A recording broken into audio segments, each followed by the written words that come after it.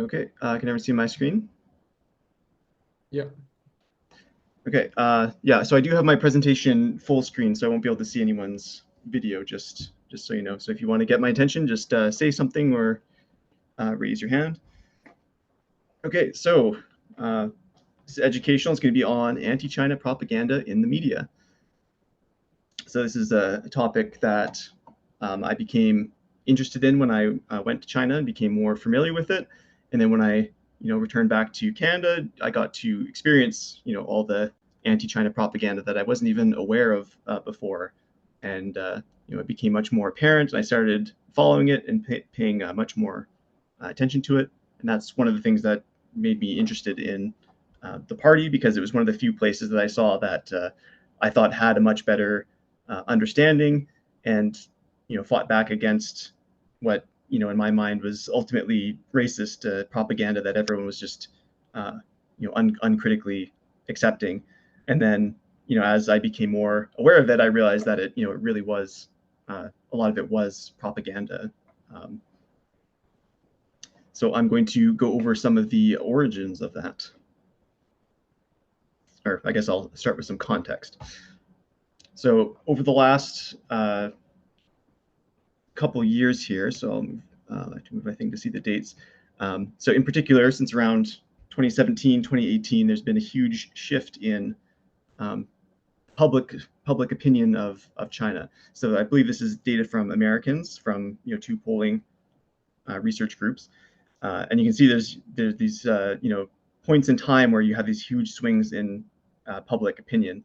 So the green one over here, you can see 1989. That's around the time of Tiananmen Square. So there's a huge shift in public opinion there, and then it kind of evens out a bit, and then there's a slight increase, and then as of around 2018, it just completely shifts to being extremely unfavorable. And so you might wonder, how does something like this happen? And a big part of that is propaganda and messaging about, who our enemies are and, what's wrong with them and that sort of thing. So here I just kind of compiled a list. Compiled a list of just different events kind of in China's history or relations with China that really have entered the public consciousness. So people have probably heard of most of these different things. These are all events that have their own set of propaganda and understanding around it.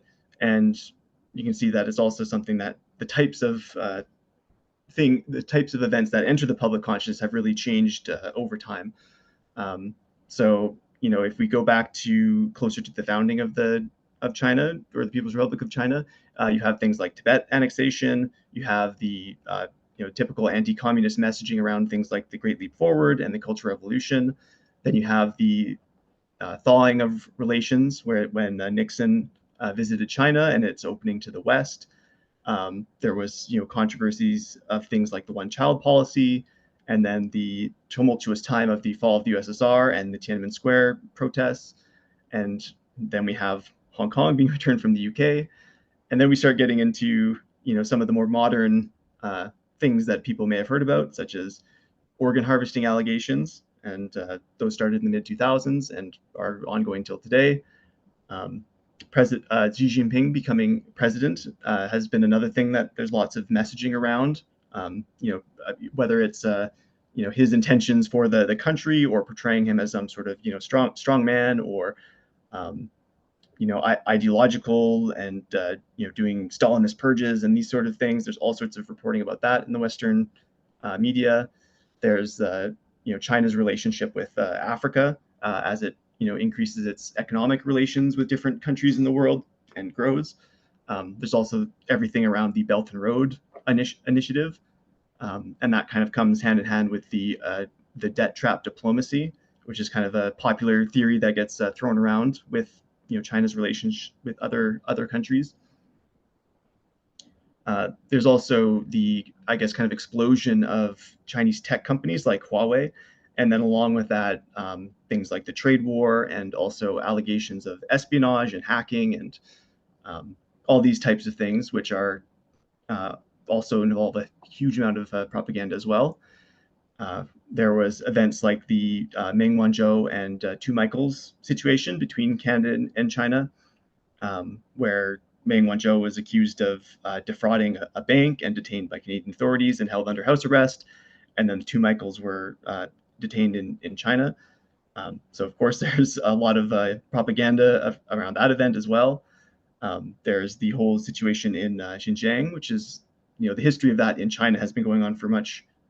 There's a lot there, but I think it really exploded into the public consciousness in 2018 with all the accusations of genocide, mass internment, forced labor, religious suppression, just a whole load of things. That's probably the main source of or I guess topic of propaganda around China for the last 5 or 6 years now. There was also the more recent Hong Kong protests. So those were in 2018 and 2019, and those also had a lot of interesting messaging around them. There was, of course, COVID, which was its own with lab leak conspiracies and various other things about how China's lockdowns or policies dealing with it. So I think most people have heard about these. Most people probably have at least heard the official narrative, which is often propaganda, and I would say most people probably believe that. Just the general public. It actually takes quite a bit of reading and effort to even find any countering information that goes against the mainstream narrative, and it's also not very accessible to find information from Chinese sources in a lot of cases. So I actually got a lot of those topics by using the timeline that's presented by the Council of Foreign Relations, which is basically U.S. Foreign policy group, and it kind of presented a nice history of all the events that it had a Western opinion on. So one of the main topics for propaganda is the subject of human rights. And I found this very interesting report in a journal, and it's the People's Republic of China, the Human Rights Exception. And it's basically talking about how the United States government tended to use have a political and strategic reason to choose who it pursued when it came to human rights. So it talked a bit about how the United States had a kind of changed its policy for human rights when it came to other communist countries like the Soviet Union, and how it exempted China from a lot of that during that period of opening to the West after Nixon's visit. And a big part of that was there was efforts to try and put the two nations against each other, and for their own benefit. So I have some particular quotes highlighted here. So in Nixon and Kissinger's view, it was imperative for the United States to take advantage of the Sino-Soviet split and seek rapprochement with China. And its goal was to normalize relations with China to further drive a wedge between the Soviet Union and China. So during this time, this extended through the 80s and into the Reagan administration. And one of the things that I noticed kind of changed there is that they did start having more regular reports, and these were often done by special interest groups or religious groups or groups that were lobbying for something in the United States, but they would reference China. And these sorts of things start making it into congressional testimony or different reports that would happen. So even though the states wasn't acting on some of these things with its full resources, these things were still getting recorded and reported in the media, and some of them did become more, or I guess there was propaganda surrounding it. So there was a fairly long period where not as much happened, and then in 2011 there was a kind of shift in American foreign policy called the pivot to Asia. So there's actually an article in I forget what publication. Let me just check here. Oh yeah, foreign policy. written by Hillary Clinton, who was the Secretary of State, basically talking about how the United States' strategic goals and kind of its theater that it was acting in was shifting to become the Pacific. And this was also a time when China was becoming a larger competitor um, I'm sorry, to the United States. So I just have a graph here. Just this is just the fraction of the world GDP, and you can see that the share held by China is rapidly uh, growing here. And you can also see some of the peaks in the past. So, for example, you can see Japan used to occupy a much larger space than that, and it was also the target of a lot of propaganda after a certain point to um, basically prevent its further growth. So it's the, the targets of propaganda really shift over time depending on who the enemies are or what the strategic goals of the United States are. And this is often motivated, by the economy or imperialism or just generally global dominance. So now I'm going to go back and talk a bit about some of the Cold War propaganda and different ways that worked, and then are we entering a new Cold War? So this is a a great little quote I found here from Eisenhower. This is before he was president, but it was called the Crusade for Freedom.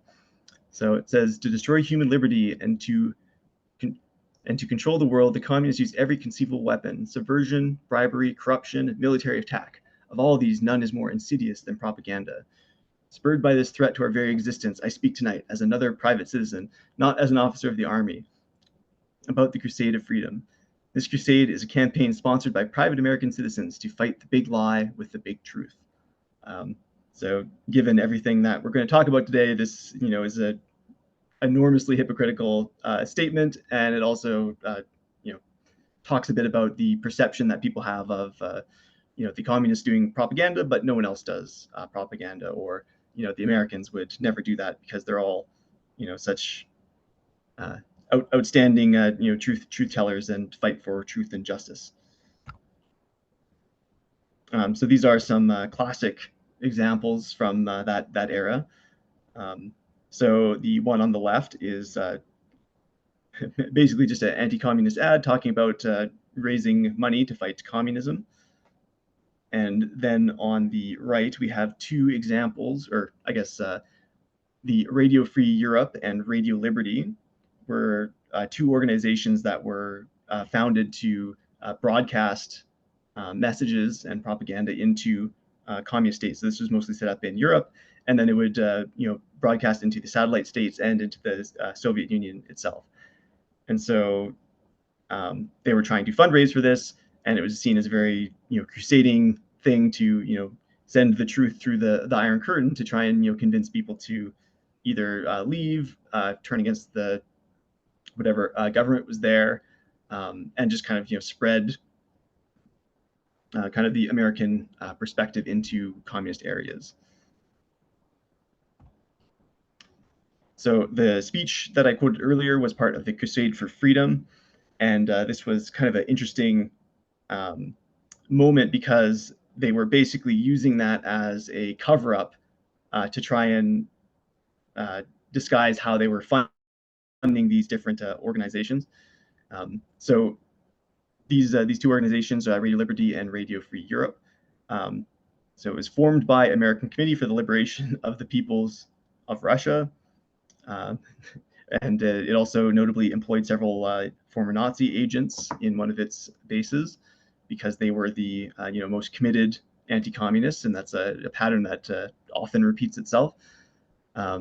Radio Free Europe was an anti-communist CIA front formed by Allen Dulles, who's one of the founders of the CIA. And here on this is just the Wikipedia article, says they received funds covertly from the CIA until 1972. So they actually tried, to cover up that's how these places were getting their money. So they had this whole freedomgram and buying like basically freedom stamps to try and fundraise, and they did raise several $1 million, but the bulk of the money was largely just given to these organizations by the U.S. State Department specifically to perform propaganda. So basically, the results of this is establishing a well-funded propaganda network with government money, and these organizations are still around today and still produce tons of propaganda on various topics. So I went to the website recently just to see what they were reporting on. And the main topics were, as you might expect, Ukraine, Russia, Iran, because those are, I guess, the hot topics in Europe right now. So another organization, so this is actually kind of an umbrella organization that contains the other ones, is Voice of America. And so this is one that was also founded as part of the State Department. But one kind of interesting thing with these organizations is that over time they've kind of shifted how they're controlled. And so here it has that it's an autonomous U.S. government agency with bipartisan membership. So it actually becomes, a part of the actual, basically part of the government that exists, regardless of who's in power. So it's not like this is some project by the neocons or anti-communists or some particular wing of the U.S. government. It is just actually part of the U.S. government, regardless of who's in charge. It's just how it functions. And so another interesting aspect of that is this Smith-Mundt Act, and so that was actually created by people who saw the harmful effects of broadcasting your own propaganda to your own people. Part of that is because of how it can spread misinformation, but also interesting thing is that they were trying to avoid competition with private American companies. So the domestic news space would not lose its market share to a government organization. It would instead be filled with various private companies. So eventually, I think I addressed that in the next slide. Yes. So that was actually enforced and a rule that was in place for quite a number of years, but it was actually repealed in 2011, or sorry, 2012. So first headline I have there is U.S. repeals propaganda ban, spreads government-made news to Americans. And so that includes these, Radio Free Europe, Radio Free Liberty, and different groups. So it's kind of interesting that they make these claims about the United States not doing propaganda, but then they have laws that prevent their own propaganda from being broadcast to their citizens. So they're very clearly producing propaganda. So the, I guess, other part of that is a more recent headline I have there from the American Prospect, and this is actually a very good article that kind of goes over some of the history, but mainly that as of February 2022, Congress is passing these massive budgets to basically funnel enormous amounts of money into these organizations to produce what at this time is mostly anti-China propaganda. So in this case, they're trying to fund negative coverage of China's Belt and Road initiatives while also beefing up the U.S.'s international lending. So it's they're giving money to produce propaganda to then act on their own state interests. And actually, another interesting part of the article there is at the end where it says,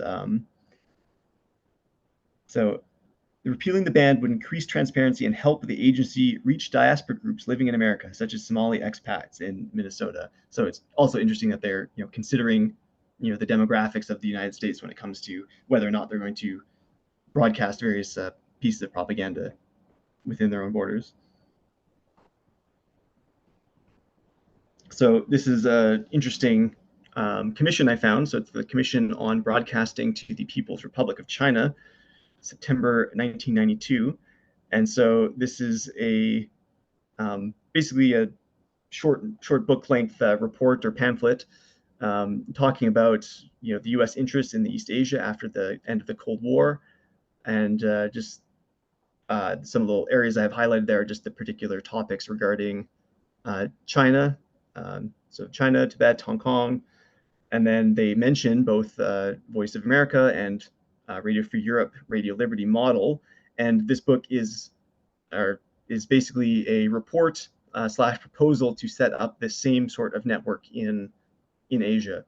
And so one particularly funny quote is the one in the center there. The Commission recommends unanimously that a new service, if created, not be called Radio Free Asia or Radio Free China, but instead adopt a less confrontational name, such as Asian Information Radio or Asia Democracy Radio. So, despite unanimous opinion on the panel, they created Radio Free Asia after all. So,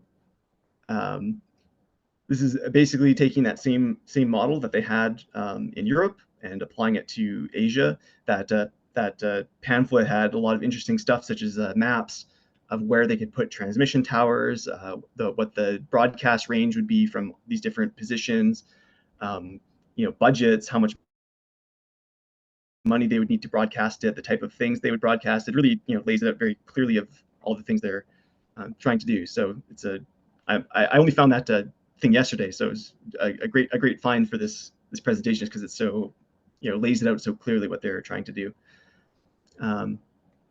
So Radio Free Asia is a very common starting point for various pieces of controversial reporting, misinformation. A lot of the negative news that you hear about China, a lot of it can be sourced back to Radio Free Asia, or sometimes even originated from a claim made by it. Once you know about it, you start finding it more in more reputable newspapers.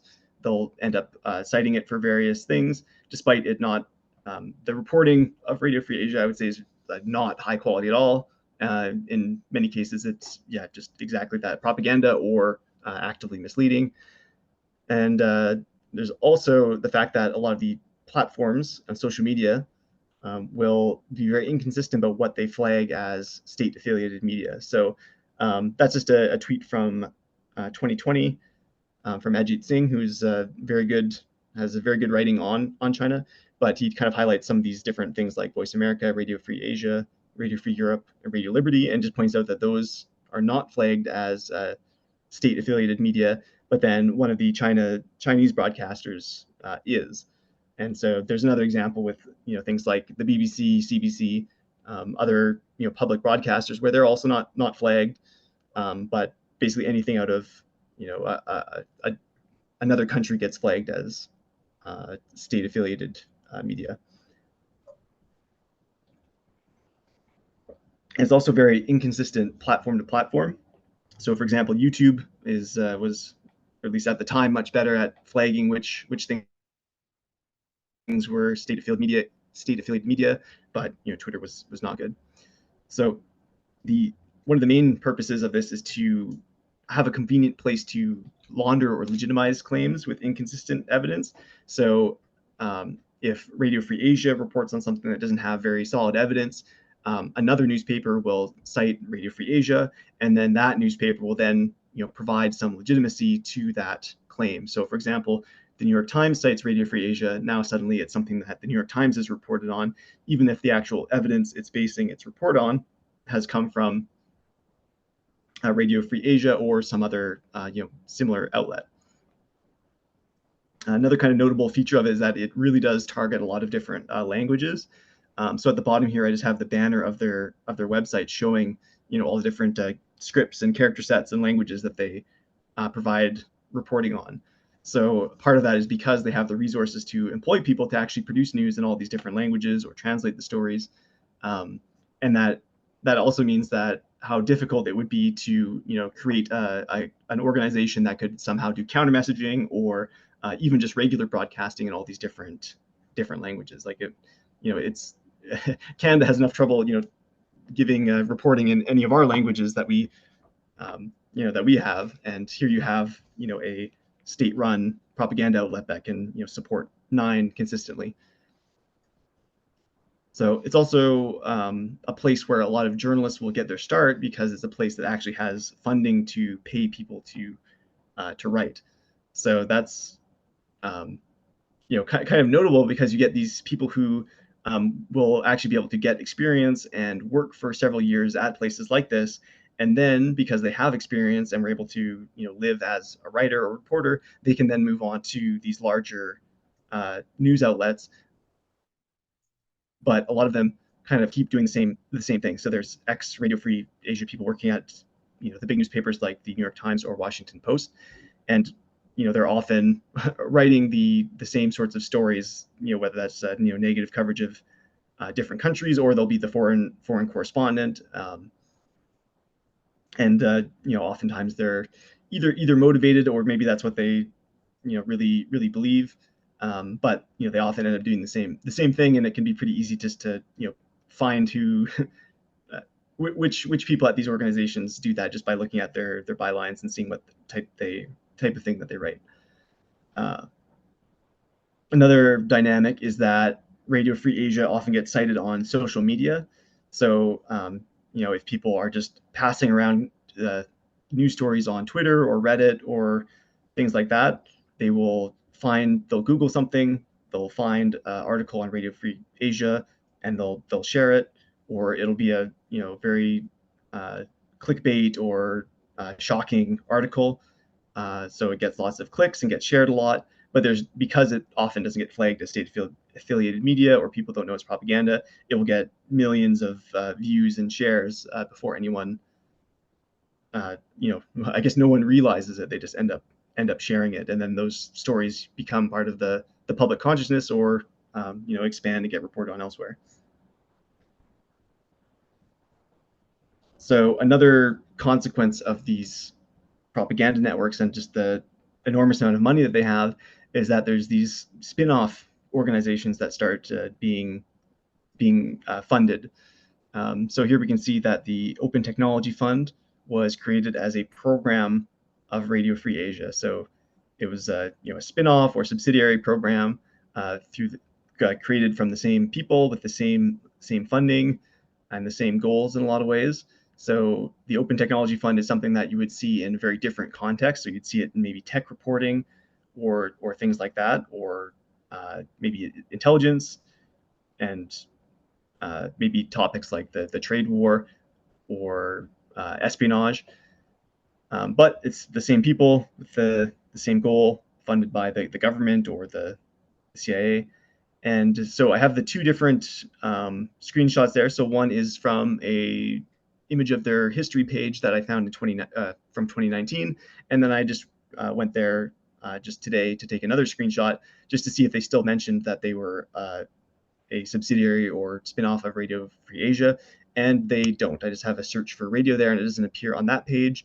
And of all their about pages, it only appears on one and doesn't directly connect that they're a related organization. And then another notable thing there is just the massively increasing budget that they have at their disposal, despite being like a second order organization. So um, I think the graph there is showing that they're getting 90 million dollars. I guess that's to multiple organizations, but anyways, tens of millions of dollars for an organization like this. That's a lot of money.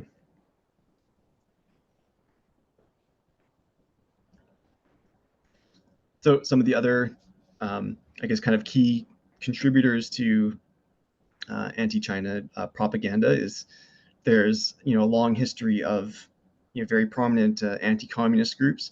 So just two examples I have there is the World League for Freedom and Democracy. So that was founded by Chiang Kai-shek, and was part of the World Anti-Communist League. It has lots of ties to other groups like the Anti-Bolshevik Bloc of Nations, which is formed by some of the Ukrainian diaspora and collaborators. So there's a long, interesting rabbit hole of history to go down there. But some of those groups involve a lot of politicians, even today, who are active members of anti-communist groups, and participate in sharing some of the biggest pieces of anti-communist propaganda, or just even taking state actions against these countries. There's also the Victims of Communism Memorial Foundation, which is another group that will become more Yeah. relevant later. Well, no, we're doing the Oh, meeting online on Zoom. hi Naomi. Oh, sorry. All right. So we also have the Victims of Communism Memorial Foundation. So that one also has some uh, relevant ties to things later. But it's basically just a group that shares the most uh, I'd say like blatant anti-communist propaganda. A lot of it's very very lazy, and it's the most stereotypical sort of things that you would see. And then it of course has its own scandals of covering up the or equivocating the crimes of the Nazis or other right wing or fascist groups in its effort to smear communism. Um, the other one that comes up a lot, regardless of what country or place in the world you're talking about, is the National Endowment of Democracy, which is the kind of quintessential regime change operation. So it's actively taking actions and funding groups to typically try and change the government or overthrow governments in the nations that are deemed enemies of the United States. Um, so they've been active for a long time. They're also well funded, and a lot of the people that uh, end up participating in various actions against China often will have ties back to a group like that. Um, and so there's also lots of other kind of NGOs and human rights groups. A lot of the human rights groups, some of them, of course, are well-meaning, but that doesn't protect them from sometimes believing or acting on propaganda. And that's part of the reason why you can have these human rights groups that they might be very good on one issue, but they aren't so good on another. Part of that is because they might employ people or have reports from some of these other organizations. Sometimes they don't do due diligence. Sometimes they actually have their own position or perspective that they're pushing. So there's plenty of right-wing human rights groups, um, and there's a big mix of them out there. So that's like a whole other uh, situation to kind of navigate. And that also means like sometimes there are actual human rights problems. So that doesn't mean that's something that's impossible or never happens. It certainly does, but there can also be situations where they embellish or believe claims that go far beyond what's actually happening. Another major contributor to the, I guess, kind of funding and propaganda network is think tanks and weapons manufacturers.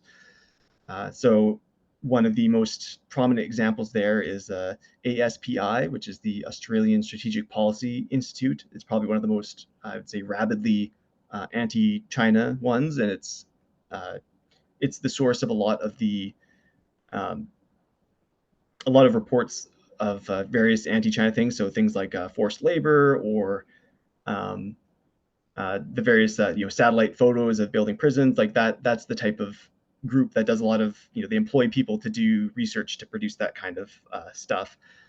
um, so that's definitely one of the ones that I've been following, because they show up on social media and they get shared a lot because they have these interactive maps or these cool infographics. But a lot of times the research is actually not very high quality, and it's oftentimes just presenting you with a lot of information and kind of suggesting the conclusion that they want you to arrive at. Or they show a bunch of technical measurements of the size of things, but like they'll be completely inconsequential to the point they're trying to make. And then the weapon manufacturer part of it is they'll often be funding the think tanks, or they'll be funding various grants or research things to try and basically push people towards buying more weapons, strengthening their military, or sometimes maybe even going to war. So that's a particularly dangerous source of it. So there's also the open source intelligence groups. So the main example of that would be Bellingcat. And so that's people who are supposedly not affiliated with any sort of government or trying to remain neutral, and they just look at the facts, and they're trying to geolocate or find out these different things that happened. But they also just typically, most of them happen to just align perfectly with the the U.S. State, um, like whatever their perspective is on an issue, they will always somehow match that. That's certainly gotten better over time. There's probably more people doing this sort of thing, and you do get some people either debunking it when they're wrong, or fact checking them. And it is kind of like an interesting scene, and there's a lot of that when it comes to other conflicts. Like it's a big thing in the Russia Ukraine. It's also a huge thing with Israel and Gaza. There's people trying to fact check various claims of that, and it's also something that is just rife with people from the military of different countries participating and pretending to not be a state actor, but they are. So it's also very tricky to navigate. Another major source of propaganda is also sometimes these dissident or diaspora groups.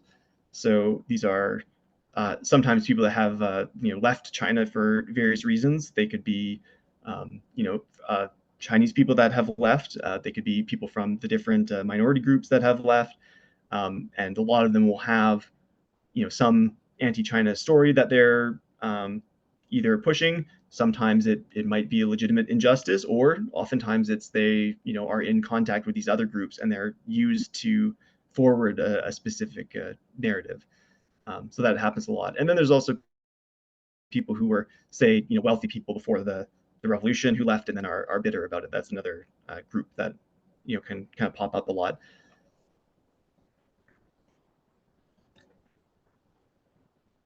There's also the group I'm just going to call the grifters, and that's anyone who stands to make a profit by spreading anti-China propaganda. So two of the examples I have here are Jordan G. Chang, who is the author of the classic um, anti-China narrative about the inevitable collapse of China, making lots of speculative arguments, and he would frequently pick a specific date or time when it would happen. So he'd say, "Oh, China's definitely going to fail in 2012," and then he'd write a book in 2001, and it would sell a bunch of copies, and then 2012 passes, and then he would basically just do the same thing again and pick a different date.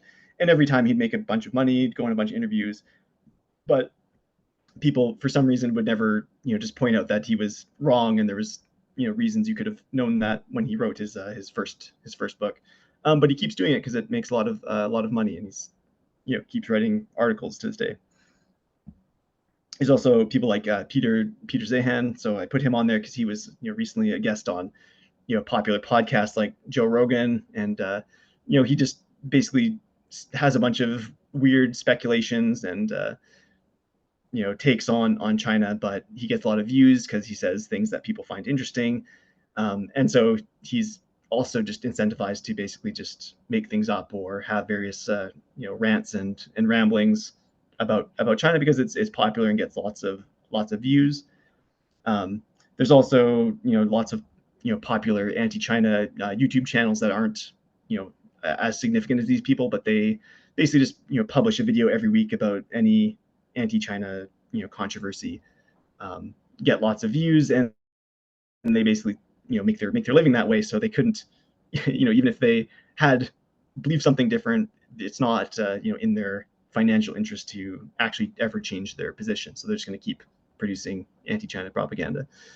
And then of course there's the useful idiots in quotes, which is just people who are going to propagate or carry on the propaganda, perhaps without even their knowledge, and they're um, just part of the system of spreading it, and they're going to be used by all these other groups to forward the message.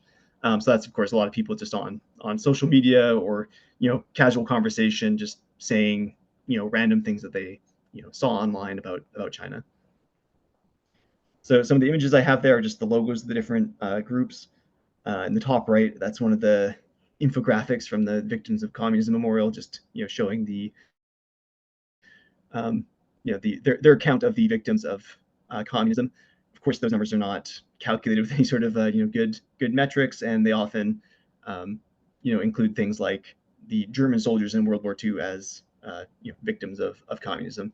And then there's tons of uh, debate and propaganda and speculation over things that happened in China's history where people did die. So like there was famines were part of the Great Leap Forward, and there were people that passed away. But the numbers that people calculate out of that just are totally out of control, and people can go and find much more careful scholarly research on this stuff that will have much much smaller numbers attached to it.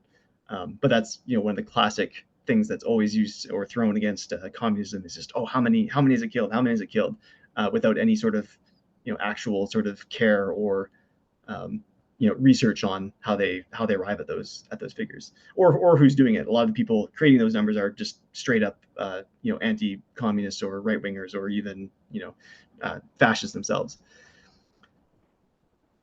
And then so just a thread from Twitter. I just have a screenshot there, but it's a really good thread by Radio Free Amanda, who's another great person to follow about various China things.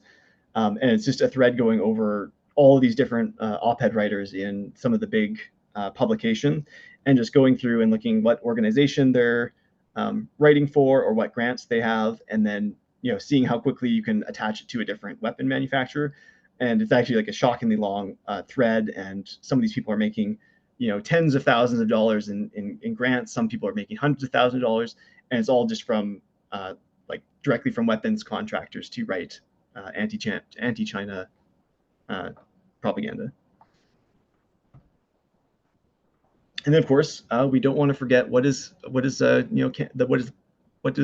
role does Canada play in all of this. Um, so, just some examples here. So I have the Macdonald Laurier Institute. So that's a think tank in Canada that is funded by a lot of different groups. Probably the most unusual or notable one is the Latvian Ministry of Defense, which it's very unusual for them to be funding a think tank in another country, but that's what's happening. For some reason, that doesn't get brought up when people talk about foreign interference, and Latvia has its own history of anti-communism as well. But one of the magazines that I guess or articles that they publish, they have a very kind of classic a piece of propaganda where they're physically showing China as a spider, which is something that has a lot of negative connotations, and something used in the past to dehumanize people, portray them as various creatures. So it's not a very good look from Macdonald Laurier Institute, but I doubt they care or will suffer any consequences from it. But that is a Canadian think tank, and they continue to just write all sorts of crazy stuff about China.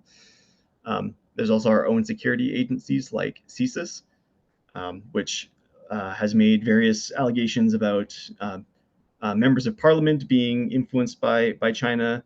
They played a role in excuse me the Meng Wanzhou situation, but they have, I would say, acted outside of their role as a security agency, even in Canada, to kind of try and determine or act outside of government oversight, specifically to be even more anti-China.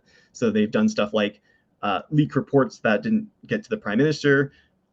They've had these encouraging various inquiries into certain members of parliament. That's kind of like an ongoing scandal that's happening right now, and it's very much at the behest of the security agency itself. It doesn't seem to be coming from above. It's an action of the agency itself. And then another example is our own members of parliament and people in the government. So I have a few examples here. So the first one is David Kilgour, who is actually a member of parliament in Edmonton, and he is one of the major players in the organ harvesting allegations. So he participated in some of those reports that were published. So we can talk more about him later, but he's very involved with the Falun Gong and different organizations like that. And he's on his website there, he has all sorts of various anti-communist things on his page. And then at the bottom, I have the vote in the House of Commons to declare that China is committing a genocide in Xinjiang. And so the votes were 266 to 0. Some of the Liberal MPs did They chose not to vote because I forget exactly what, but there was some other negotiation that they were making with China. I guess on there it says it was had to do with the Olympics. But for there to be no MPs to vote against it, you can see that they're very much in unanimous uh, anti anti China perspective in the Canadian House of Commons. And then, of course, we have Jason Kenney in Alberta and his longstanding commitment to the Victims of Communism Memorial. He was one of the people who, I guess, got the project started and has really pushed it. And he's been involved with it since 2007. And since then, it's become a kind of a scandal because, of course, people looked at a bunch of the different names on there and realized that a lot of them were, Nazi collaborators in Eastern Europe. And of course, Jason Kenney has also made various reference to China when he was the premier of Alberta, and is a long time. He'll believe any anti-communist thing. So then another one that I have mentioned is just the Falun Gong, and this is of course just a very a, a huge network of different organizations and people. The on the on the right, that's a map that someone has made to try and kind of draw all the connections. It does look a bit ridiculous, but also there is a lot of different components and organizations involved. So just some of the most well-known ones are the Falun Gong itself, Shen Yun, which is the I guess kind of theater and dance performance that's called China Before Communism. Involves floats and giant floats of Karl Marx and all sorts of very bizarre stuff. But just the other day, I was out getting a donaire, and there's an advertisement for it sitting because it had just shown again in Edmonton. So still going strong. There's the Epoch Times, which is kind of their newspaper, which is rabidly anti-China, but it also is very pro-Trump and uh, anti-climate change, taking any action on climate change.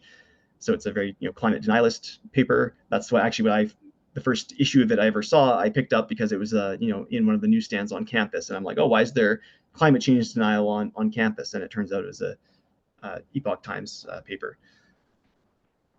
And it also has surprisingly, like, it's just distributed in a lot of different places. So just on my way out of Safeway, I see that there's always a stack sitting with the other newspapers for some reason. I have no idea why.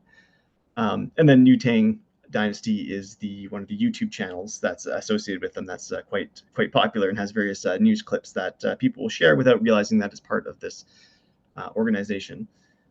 So I guess that's a whole nother discussion that I can talk about later if people are interested.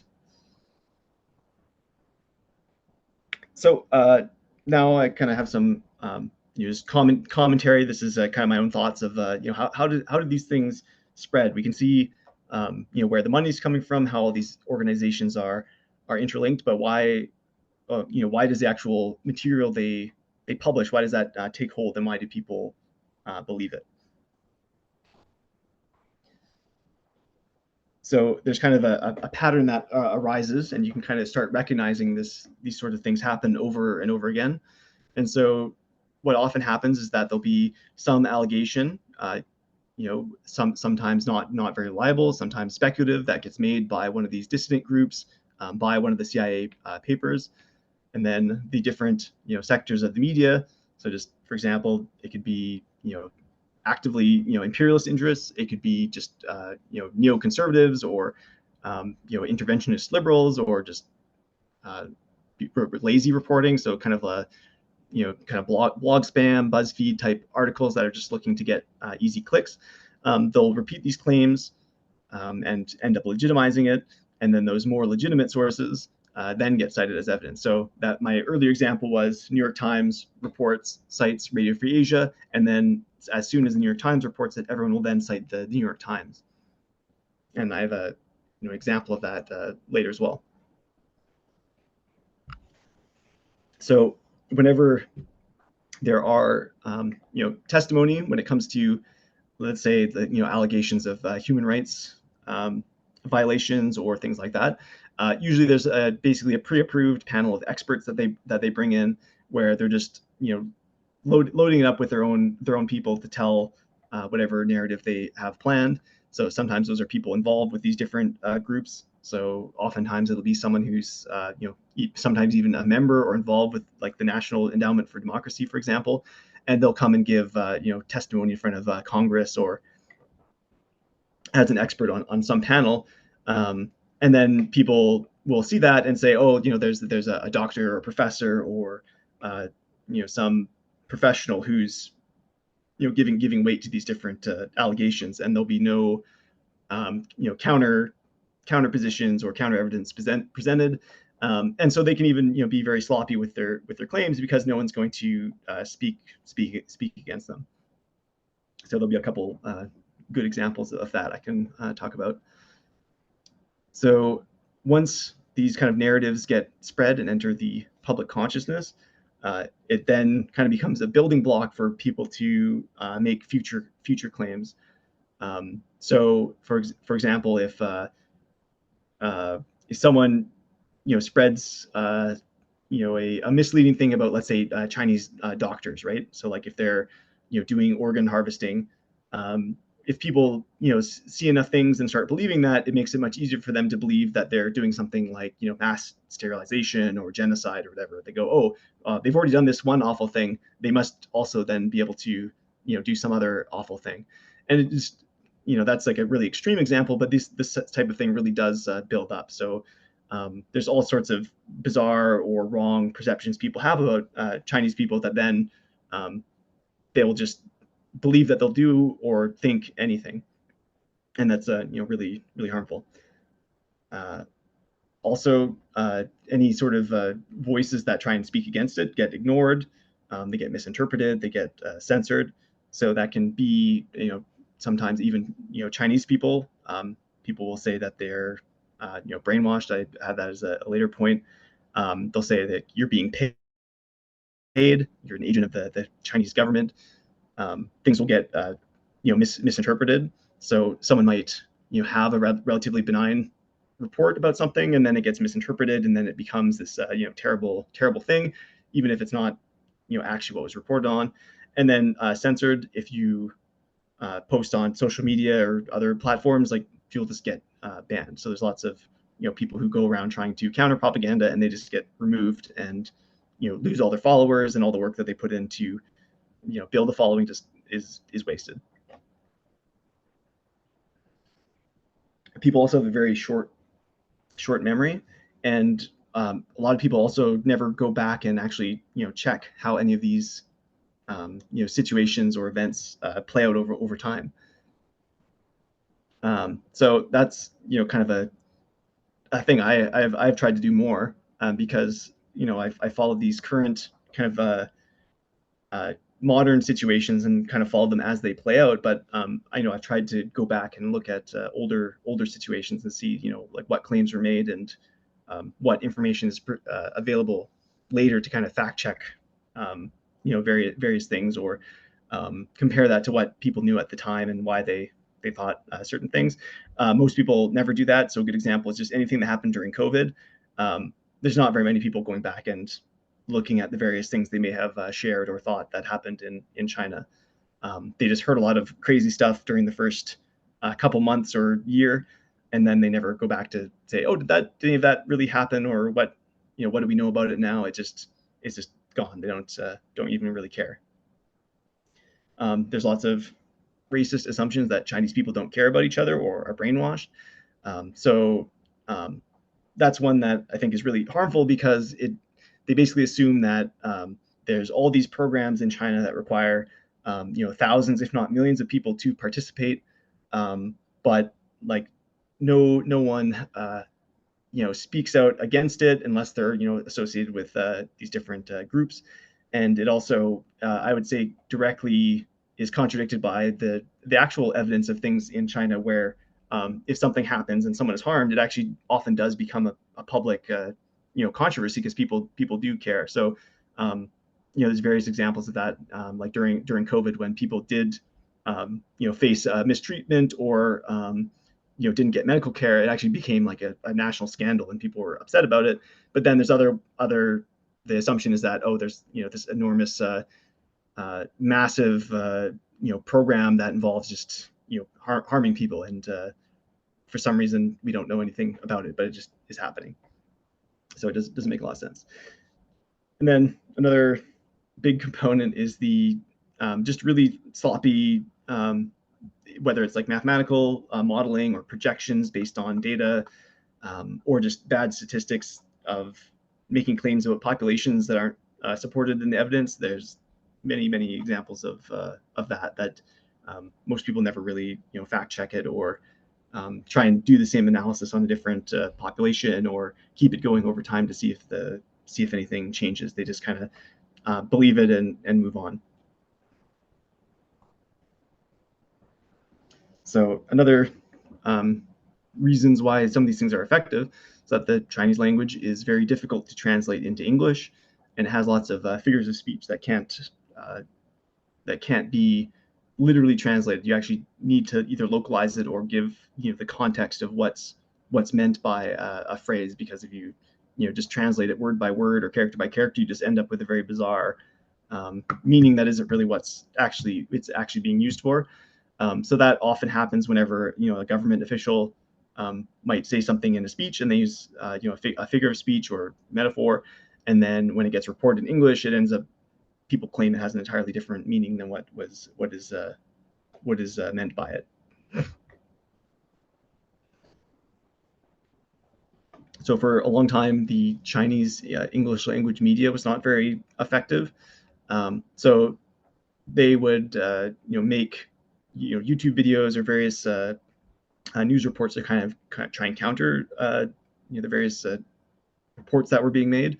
But oftentimes they didn't land for Western audiences. Sometimes that was because maybe the people working there didn't speak the best English, or didn't care that much. But this is actually something that's gotten better over time, and has also gotten a lot better because there's different media platforms like Douyin and TikTok that actually share more content from China, and actually expose people to everyday life there, and people are able to see a perspective that they normally would never see.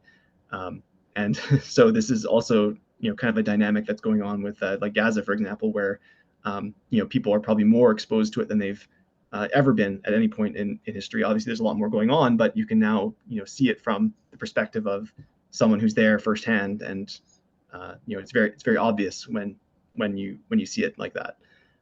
So that's part of the reason why perhaps they're trying so hard to get these platforms out of the hands of China, and either forcibly take over it or ban it from North America. So also people don't know very much about China, and they don't know where to look for good information, and the misinformation is readily available. So if you are not very careful and are just looking on Wikipedia or Googling things, you might even try and stick to reputable sources like the New York Times. But oftentimes you still end up, ending up in the same places, because again, those newspapers or those articles will end up, citing these propaganda sites. So sometimes you're just even if you're trying to be careful, you end up reading the wrong stuff, and then it becomes this very difficult journey of trying to untangle what's good and bad information. Another problem is that the people who determine what is misinformation has now kind of become this group of people who are employed at excuse me, at these different social media platforms, and there's kind of a growing trend of the people in those positions are actually either former or current employees of either U.S. intelligence agencies from these NGOs like the National Endowment of Democracy. They'll get employed as the fact checkers, or you know uh, uh, the people who are supposed to keep an eye on the tech industry to make sure it doesn't get out of hand. Oftentimes they're just people who are there to make sure that they closely follow the state, the U.S.'s interests when it comes to regulating content on their platform. And then we also have the various diaspora immigrants and their children. So sometimes those people might have different narratives that they end up supporting and lending legitimacy to. So there are lots of people that are second or third generation Chinese. If they grew up in America, they're exposed to a lot of the same propaganda. Some of them internalize it, some of them repeat it, and then some of those are also the people that end up getting jobs at some of these media organizations. So they can also because you will see someone who might have some association to that culture. Maybe they speak the language, maybe they've like lived there, but sometimes they will also end up uh, kind of promoting or spreading some of this propaganda themselves.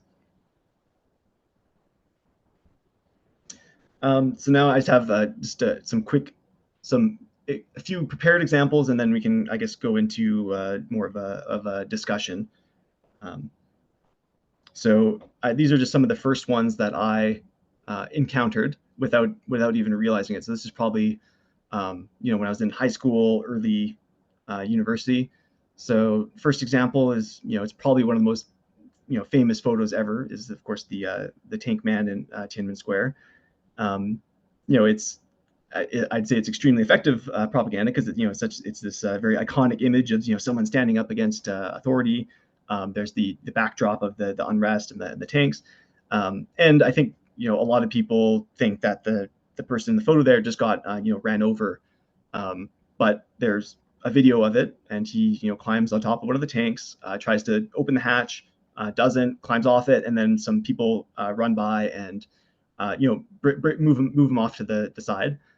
Some people say, oh, he was being arrested or something, but that's just another level of speculation. So um, you know, a lot of people just don't ever see that video, don't ever think about it, and then they're also using this whole whatever other context they have about the situation and kind of projecting into it to add this extra meaning to the image that might not reflect what actually happened.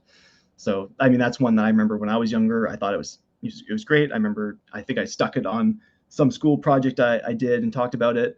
And then later it's like, oh, I really didn't know what was going on there. It was obviously a very complex event that has lots of propaganda around it, and so I've tried to better inform myself now. So another one is I remember when I was in university, and this is also one that I thought about when I was first going to China. So the article I quoted there is Radio Free Asia story about gutter oil from 2013. So I went in 2016, and I remember being afraid of trying the street food when I was in China because I was worried that I was going to get poisoned or get this low quality food because the allegations were that people were taking scraping food out of the gutter and then putting it in buckets and then trying to get the oil back out that was like waste from cooking. um, and this report makes it sound like it's this like common practice, and if you ever eat street food from a cheap vendor in China, you're going to be getting this horrible thing, and that everyone's trying to scam you with this cheap dirty oil to cook the food in. um, and I probably avoided eating some things that I would have been perfectly fine to eat. um, I've done reading on like the origins of it. I think there was some people that were doing it, but it was a very isolated incident, and the people involved were arrested because they were obviously breaking food safety laws. And my actual overall experience with food in China was that it was actually like incredibly high quality. The ingredients are all really good. For the most part, everything seemed to be really well made. The people I was with would always point out, if something wasn't fresh or high quality, they knew right away and would, point it out and say, oh, this place isn't good. Let's get some other food, or just let me know what was going on because I wasn't that familiar. So if I went back, I would be fine eating just about anything. Like there's a lot of different foods there, but I don't think um, you know, there's nothing to this degree to be afraid of beyond just you know, um, maybe eating something that you don't find very very pleasant. Um, but anyways, that video was you know, went super viral. Lots of my friends talked about it. I believed it, but the origin of it was basically this, anti-China propaganda outlet. And then the other one that I'll probably talk about more later is the allegations of organ harvesting. So that's one that people would hear about and usually like make jokes about it. They'd be like, "Oh, don't get your kidney stolen while you're there," or things like that. And also, there was the Falun Gong people outside of, say, like the Heritage Festival at the in the summer in Edmonton, and they would have their various pamphlets and signs and stuff talking about it. But that's like, honestly, I didn't pay too close attention to it, but that was like very present, and I was definitely like aware of it when I went for the first time. So one thing that I want to do is actually just like go back and talk about something that I've been reading about recently, because I really didn't know very much about it, and that was the some of the reporting around the one child policy. So this isn't any. I'm not trying to like endorse the policy or anything. There's the reasons for it are very separated from anything that I'm too familiar with. But I kind of thought the process of going through some of the reporting on it was very interesting. So I thought it was kind of a good example to kind of walk through. So one of my roommates gets this very conservative journal called the New Atlantis. It has like these very extreme articles in it. So this one's called the Population Control Holocaust, and it's basically a very lengthy and strongly worded um, anti-abortion article.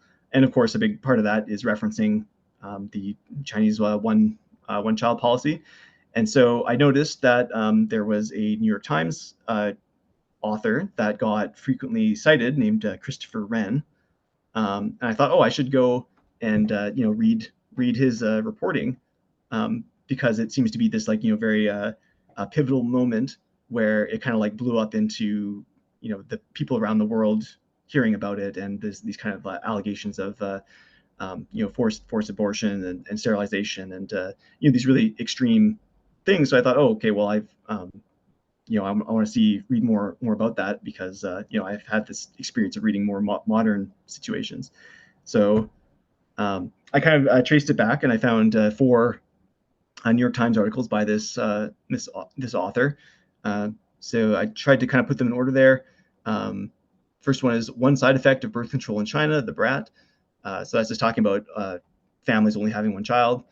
The second one is China's birth goals meet regional resistance. So this is the one that really exploded and got cited a lot, and it's one that does kind of talk about some of the challenges and struggles and various things that people went through trying to either uh, enforce the policy, or people who did end up having abortions or sterilization. But from reading his reporting, so this one Christopher Wren, so he was very much an anti-communist, but the actual quality of the reporting I thought was actually pretty good. He would usually be somewhere on site. He'd travel. He'd interview local officials, residents, medical personnel. He'd kind of portray their the reasons why people did different things, and he was very careful about what was alleged by others versus what some specific people said. And so I thought that was interesting, because given the kind of extreme nature of how his work was cited, I don't think what he wrote really reflected that. Um, and so I have the quote at the top there is a section where he is talking about another newspaper, and so that was one from Hong Kong. And I tried finding this newspaper, but it's either in Chinese and I can't find it, or there's no English language source for it. But I did try very hard to find it, but I couldn't. So it's basically just a dead end for the source. But it's talking about these gangs of like vigilantes abducting people and putting them through this horrible situation. And he's so that this Christopher Wren is quoting another source, and he's pretty clear about that. But so below, I have an example from a congressional testimony by basically an anti-abortion activist in the 80s. And so they say, by 1982, Christopher Wren was reporting in the New York Times, and then they have these quotes from his article, and it says he told the vigilantes who abducted women on the street.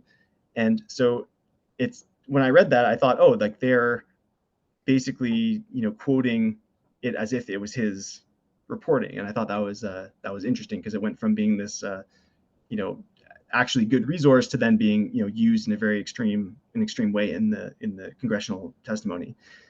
And then the next thing I noticed was this name, Stephen Mosher, um, and so I decided to look him up, and I think that kind of like follows one of the other trends is you start getting these other interest groups involved in these stories.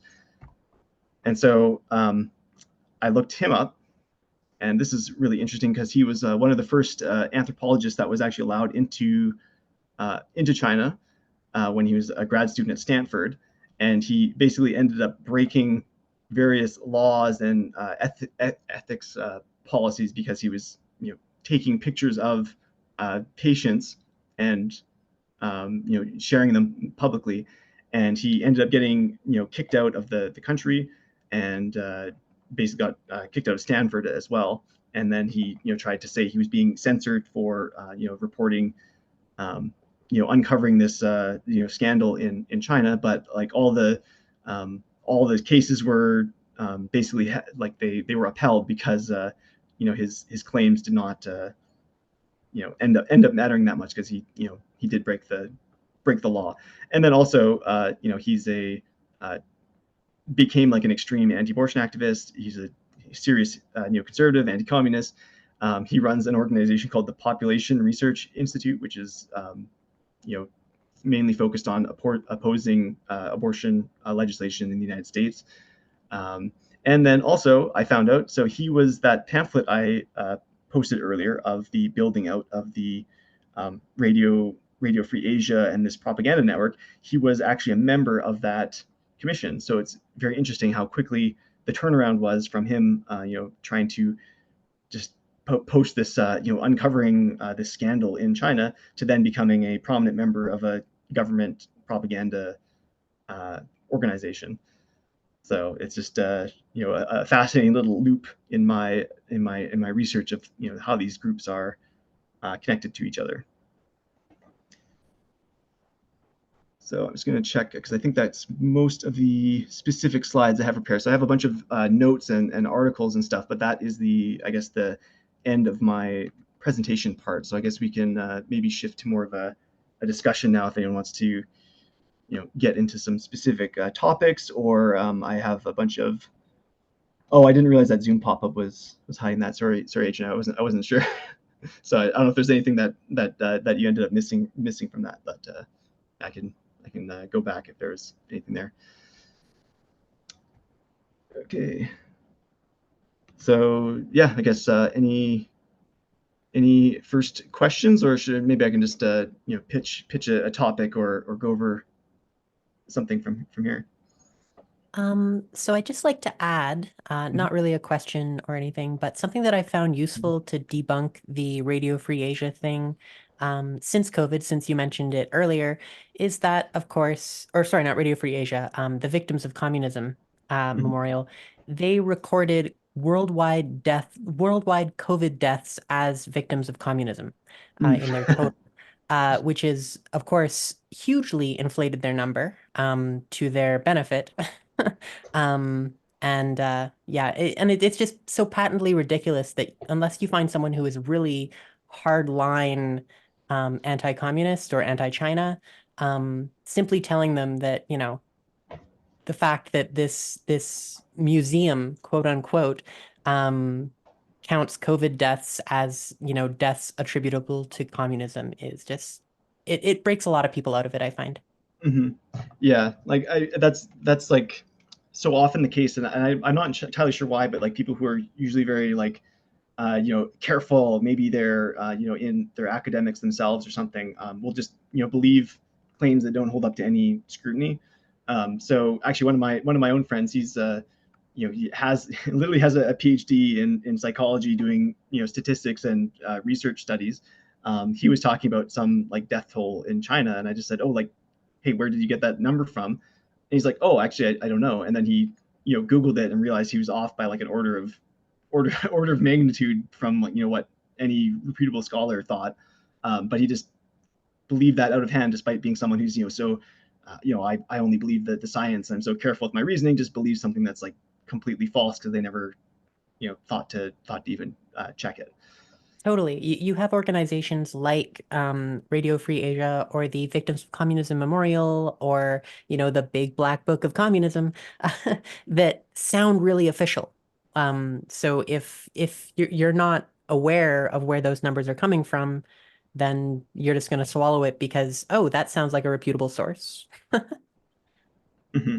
Yeah, and I think that there's kind of like different ways that plays out depending on what they're talking about. Because for stuff like death tolls or like atrocity propaganda, there's usually going to be like some like effect of it, right? Like for example, like if they were off by an order of magnitude for deaths due to COVID, like there would be ways to find that out. But I find there's kind of a different kind of style of the more like economic stuff where you can just project and then just change your projections constantly. So that's kind of like the whole like fall of China thing, right? They'll just find a new reason to say, oh, this is why China's going to fall later or like that. So there's certain other claims that they're still ridiculous, but you can't like fact check them the same way. And so some of those just end up sticking around for way longer than they should because no one does anything about it. So some of those might be like stuff like the debt trap diplomacy or things like that, where they just use some economic metric that works for their argument, but doesn't get the whole picture of things. So that's also super super common. All right. Any other questions or topics, or should I jump into one myself?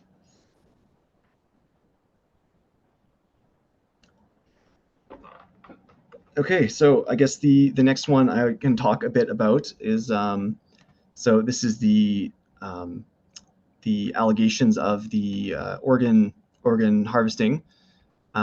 So this is one that is largely connected to the Falun Gong. So I guess for some more historical context for that is that it's a religious group in China. I think a lot of people would consider it a cult. It has a lot of very kind of strange controlling practices of its members, but it ran into conflicts in China, ended up being banned by the government, and then there was lots of you know allegations that came from that of people saying they're being repressed, and then those kind of escalated to the point where they were talking about being detained en masse, being tortured, executed, having their organs stolen, and that also kind of like loops back into their own religious beliefs. They're very one of their beliefs or things that they believe is about their organs and how their religious practice like makes their organs stronger and healthier, and so it's they kind of are presenting this thing of like, oh, of course they want our organs because they're so strong and healthy.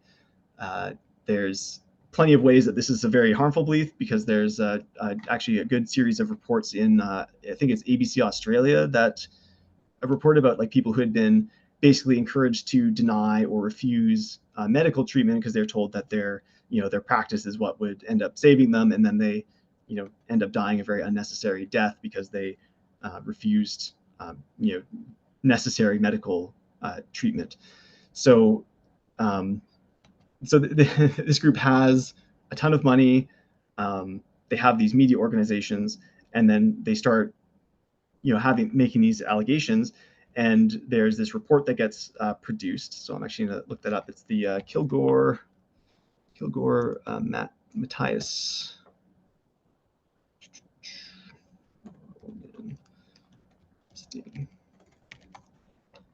Yes. So Kilgore Matthias report. So this is in 2006, 2007. And they basically tried to collect a whole bunch of testimonies from these various Falun Gong practitioners of stories of missing members, and they produced this website. let me see if I can find it quickly here. Basically trying to compile all their different evidence of it. So I will just get that in a second here. Oh, and they also produced a bunch of books and documentaries, and they did the round of testimonies. They spoke at the UN, they spoke at various government committees, and is it?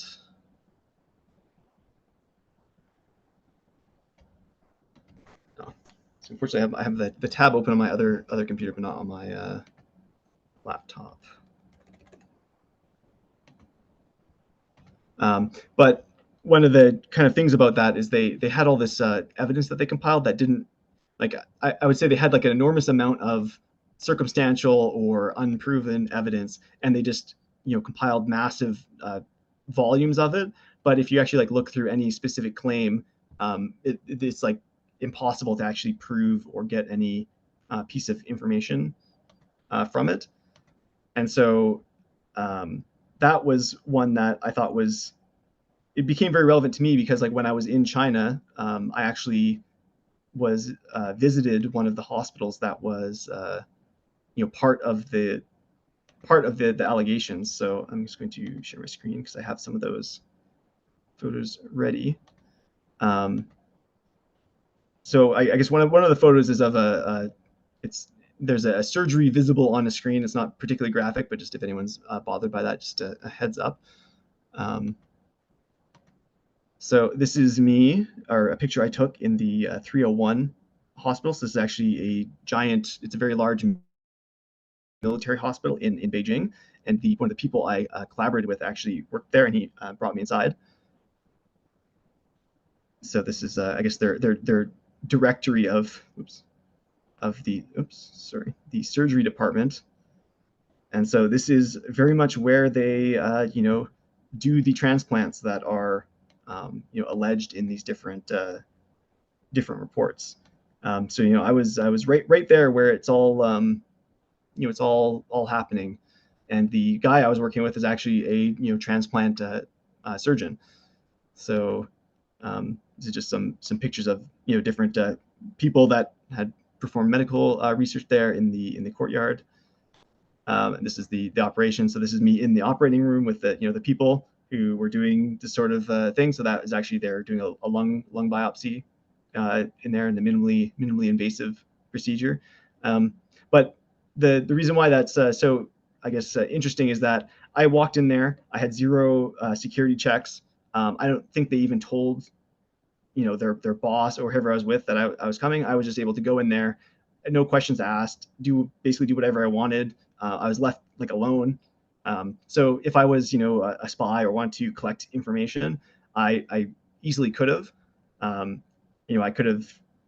There would have been many opportunities to collect information. I think anyone who was interested enough definitely could do that. So for there to be so little evidence for something that is not particularly well guarded, I find that not very convincing that a lot of these things happen basically. And also like it really upset me because like all the people that I worked with were wonderful, and I don't think they would be ethically okay with doing something horrible like some of the allegations of trying to remove people's organs without anesthesia, or executing people immediately before to take their organs. So like I don't think they would do that. And so I guess one of the other consequences of this is that they had this tribunal.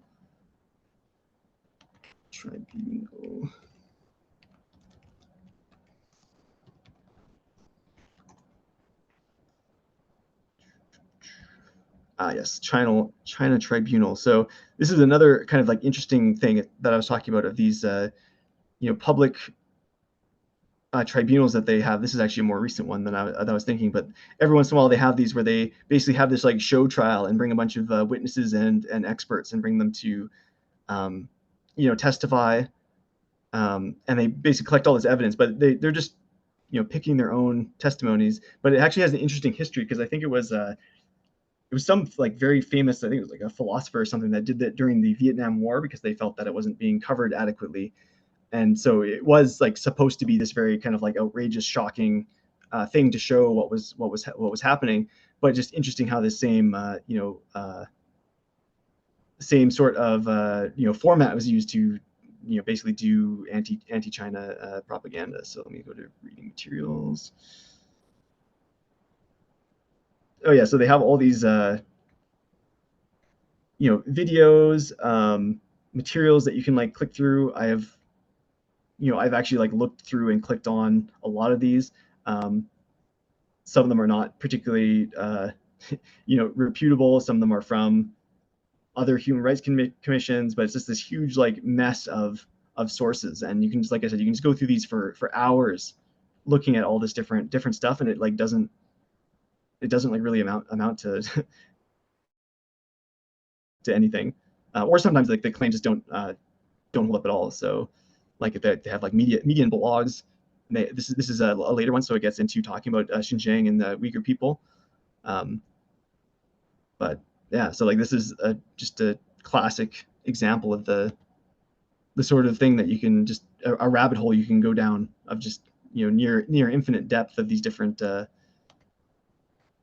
reports and testimonies and stuff. And I've tried to do my due diligence in like actually checking the evidence, and like I said, like it's not particularly convincing. There's lots of like awful things that are alleged, but it's hard to get any sort of solid evidence about it. Even if things did happen, it's not very well covered.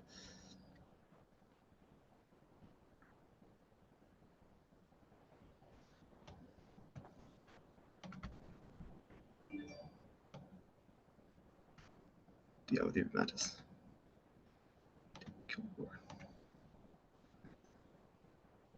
Yeah, so this is the guy who was the Canadian member of Parliament. But yeah, he was one of the main people. So there, he even represented my riding for a time.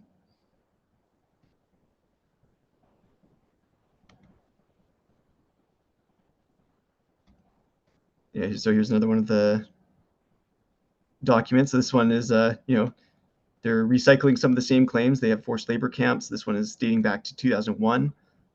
Um, these all these same sort of claims are being made years later. So here's Friends of Falun Gong hosting an event on Parliament Hill. Here's the book that they published.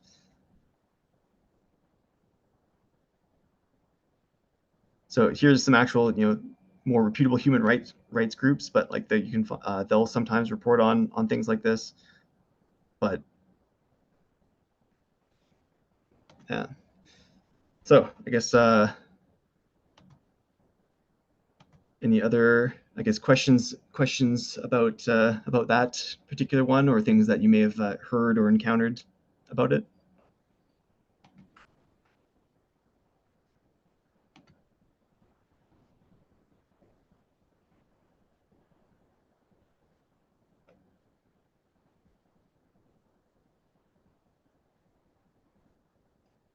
All right, well, let me pick another one.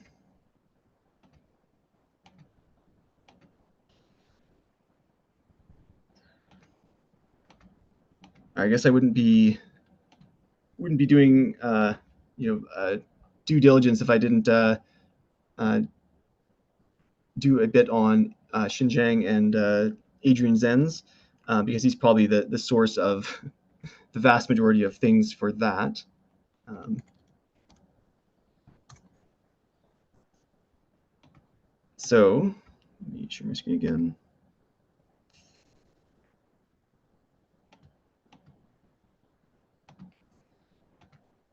So this guy is the I guess kind of the person who spearheaded a lot of the claims about forced detention, forced labor, the claims of genocide of the Uyghur people and Kazakh people in Xinjiang. So in 2018, that's like when that big shift in sentiment started started happening that kind of corresponded with a lot of his reports.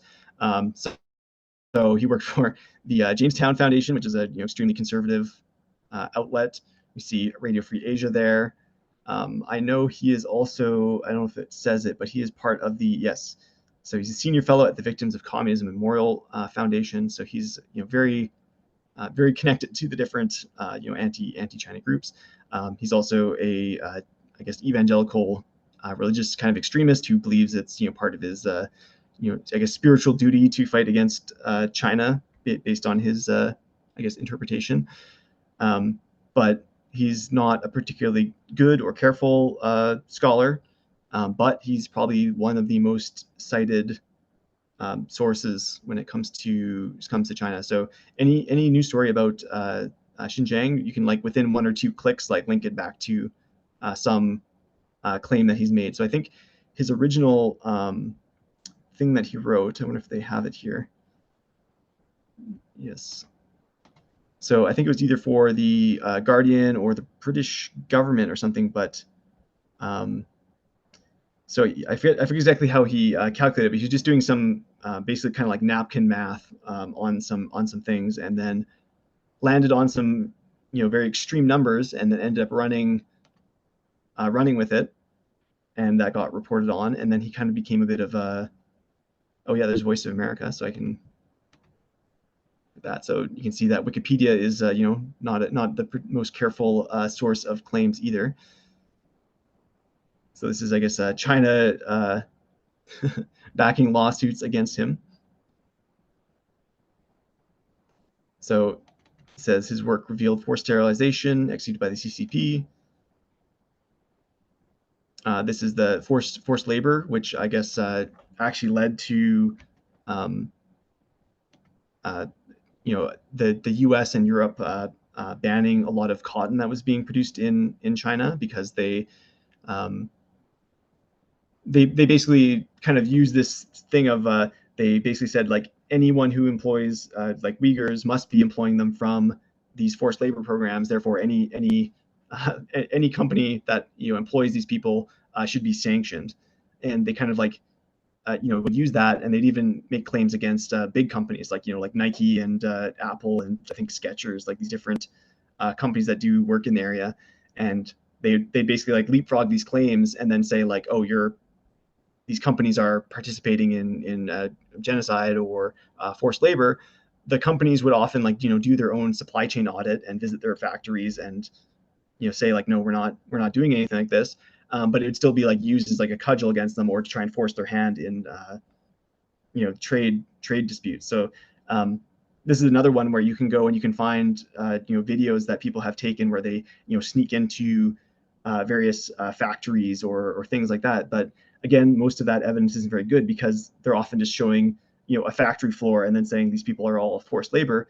And in one example, there was I think a BBC news crew that did that, and I found basically a Chinese YouTuber that like went and visited the same factory and walked around and showed like, no, this is just like a normal workplace, and he talked to people that were working there, and it's not something they could have immediately repurposed an entire factory just to entertain some YouTuber to put on a show to try and debunk this. It was pretty obviously that the BBC footage was mischaracterizing what was going on there.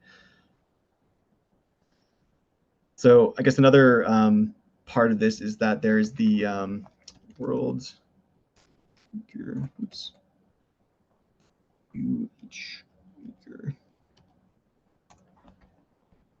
So there's the World Uyghur Congress. I know I misspelled it terribly there. But so this is kind of an interesting group, because it was founded by, again, here's our friends, the National Endowment of Democracy. And so this is another big group that is trying to kind of advance this propaganda or claims. And a lot of the groups that have this blue crescent moon and star here are part of the either the East Turkestan independence movement, which was a separatist movement that was involved in various riots and even terrorist attacks in China. And so that is a group that was China was taking actions against them because they were committing terrorist attacks, but it's like basically a dissident group, and some of them are exiled that then get picked up by these groups like the National Endowment of Democracy, and then they get promoted and kind of like get to determine a lot of the kind of like narrative and claims that are being made about China, despite many of them having not actually ever been back to China in years, because they are some of them are wanted for arrest for involvement in these groups. Or they just some of them might not go back. Maybe it's because they're afraid, or because they have just spent the last however many years just actively campaigning against China. And so there's plenty of other groups like this, but there's one. Let's see if he is named here. TOH. Yes. So Mehmet Todi here. So this is someone that was actually came and testified in the Canadian House of Commons when they were holding hearings about that. It's either Mehmet or another. Oops. Search that. Canadian Parliament. Yes. Okay. So here we go. So this is the Standing Committee on Access to Privacy and Ethics. Let me see if this is the right one. Okay. So this is a great one here. So we have Mehmet Todi. What year is this one? So this is 2022. So I think he's actually probably testified a couple times, because there's another one that he testified with Adrian Zenz, and I think that was actually run by Heather McPherson, who's my member of Parliament. But basically, they get brought in to testify, and they don't get any pushback from members of Parliament, because the whole organization is set up to, or so the whole situation is set up so that they can lend an ear to them do either anti-communism or forward these claims. It gets written into the official records, and then oftentimes the government ends up making decisions based on that. And so they're not actually getting these panels of experts or neutral, even-handed voices. They're basically just like going right to the most extreme claims and listening to them, and then making their decisions based on it. And so that's how you end up with stuff like Canada voting to declare that there's a genocide going on in China, but no one seems to want to say that about Gaza until maybe just very recently, despite the the evidence there being so completely overwhelming compared to this very speculative or circumstantial evidence that somehow gets every Canadian MP to vote in unison. But they can't when there's a real atrocity right presented very clearly to them. So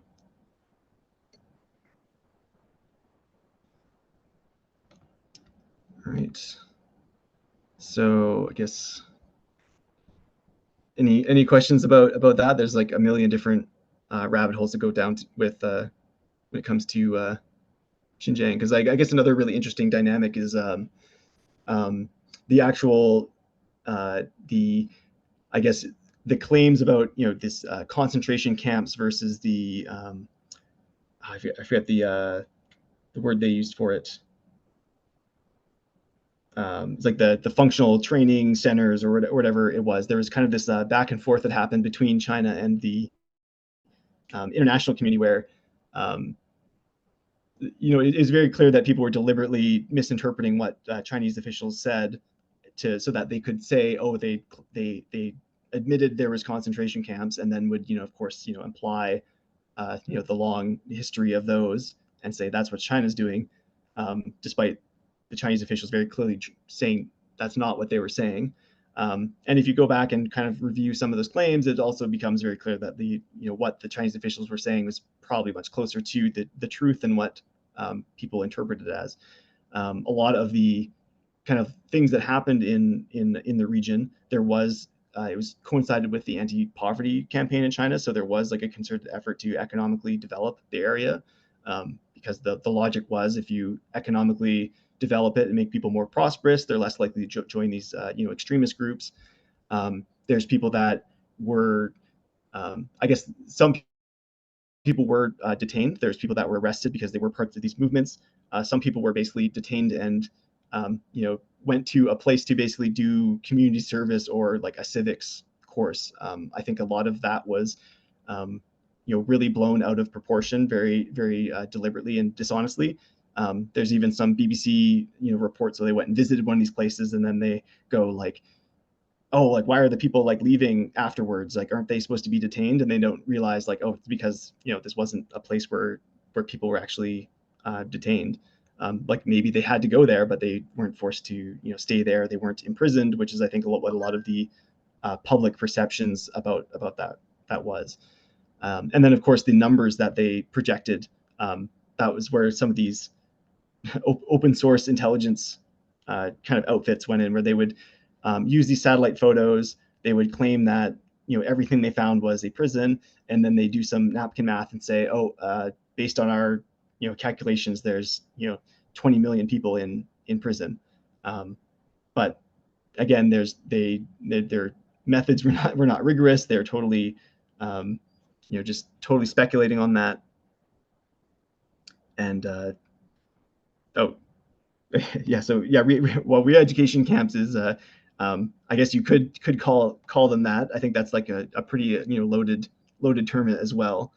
Let me see if I can just what is that called? Let's Google it.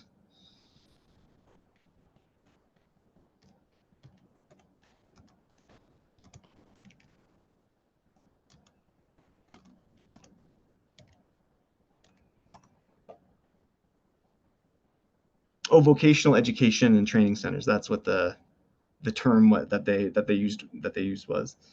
So. Oh yeah, and I guess yeah, Naomi. Yeah, it was yeah Bertrand Russell. I remember that was that tribunal that they originally held.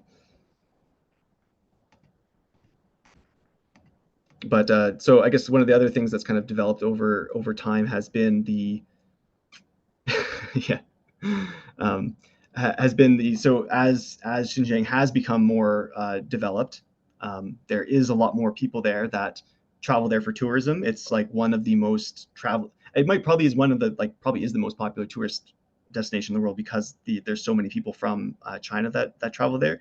But in the last couple of years, there's just an enormous amount of videos that you can watch of people traveling there, walking around, and you can very clearly see that like whatever happened there does not at all match up with the claims, because it would basically be an impossible amount of work to hide everything that people allege versus what is actually there.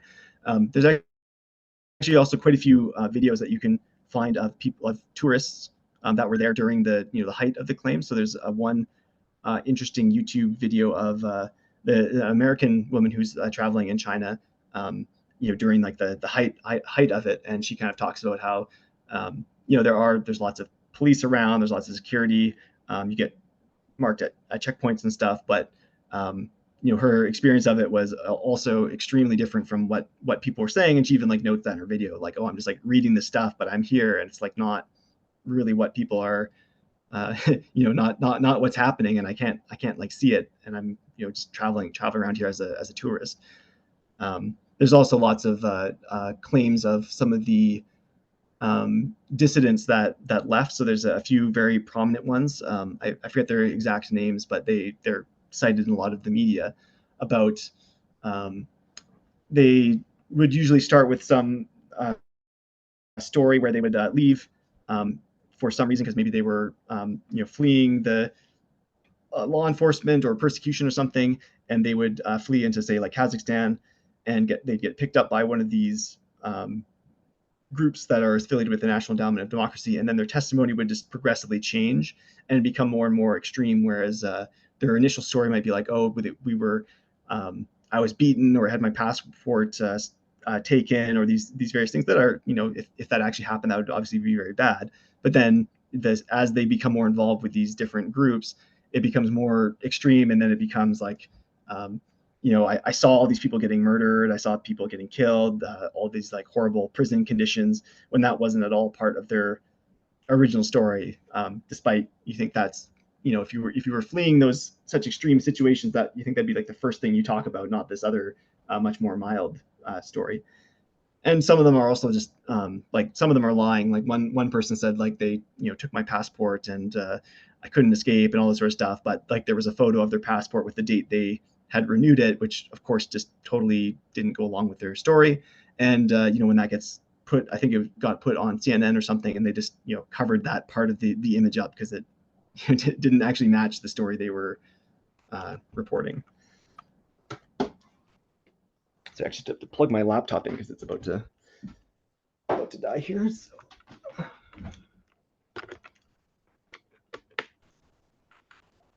Okay.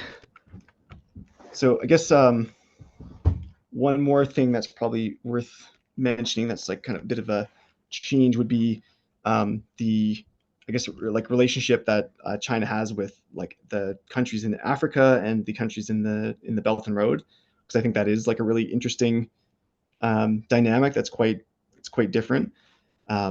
So a lot of that is presented in contrast to things like the IMF or the kind of neo-colonial relations that exist in those countries.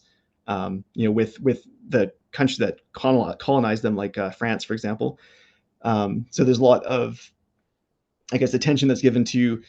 Um, there's like a port in Sri Lanka, which I think was like one of the original things that were used as an example of this like debt trap diplomacy. But there's lots of good reporting, basically talking about how that's not really the situation there. But that gets used kind of as a way to say that like, oh, all economic relations between China and Africa are this very they're just trying to do their own colonialism, and they're trying to give all this like uh, debt or infrastructure projects so they can just claim them later. But like I think there's a lot of people are kind of missing the point, because regardless of those claims, there's also the dynamic of like what sort of things are being offered and built. So there's like a great clip of Yanis Varoufakis, he used to be the finance minister of Greece, talking about his dealings with China, and how they were actually much easier to deal with and much offered much better terms than most of the Europeans they had to deal with. And he also talks about how like why is it such a big deal for China to be building a port somewhere if it's a place that desperately needs a port, and that is the only deal that they could make to build it.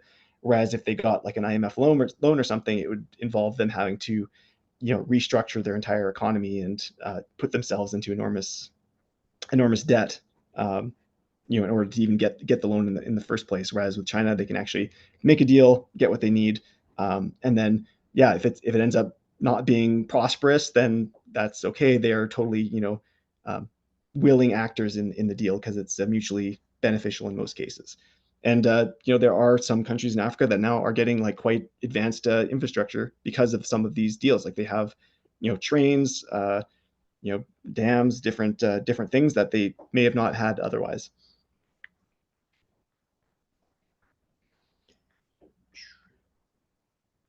Okay, so it looks like Adrian had to go. All right, well, we just have a couple minutes left, so last chance for a question.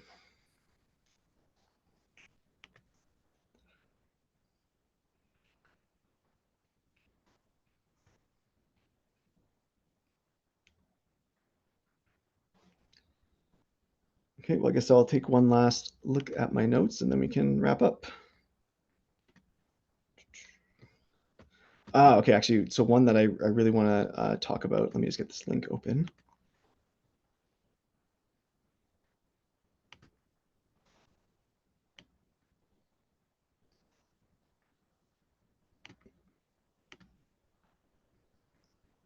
Okay, so this one here. So this is one of my favorites. Is this article from Bloomberg. It says the big hack: how China used a tiny chip to infiltrate U.S. companies.